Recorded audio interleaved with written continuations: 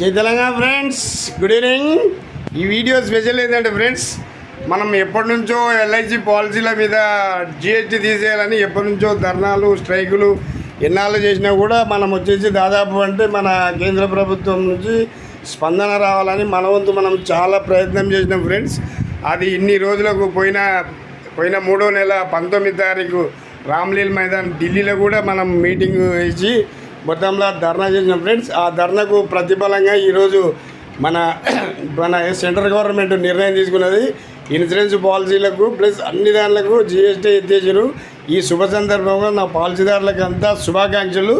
Secondary వచ్చేసి కేంద్ర ప్రభుత్వానికి, నరేంద్ర మోడీ గారికి ప్లస్ నిర్మలా సీతారామన్ గారికి నా హృదయపూర్వక ధన్యవాదాలు.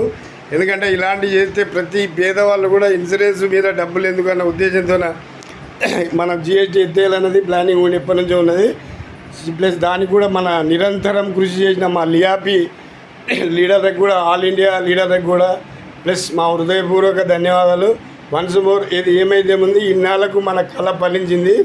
జై తెలంగాణ, జై హింద్, జై భారత్, జై ఎల్ఐసి.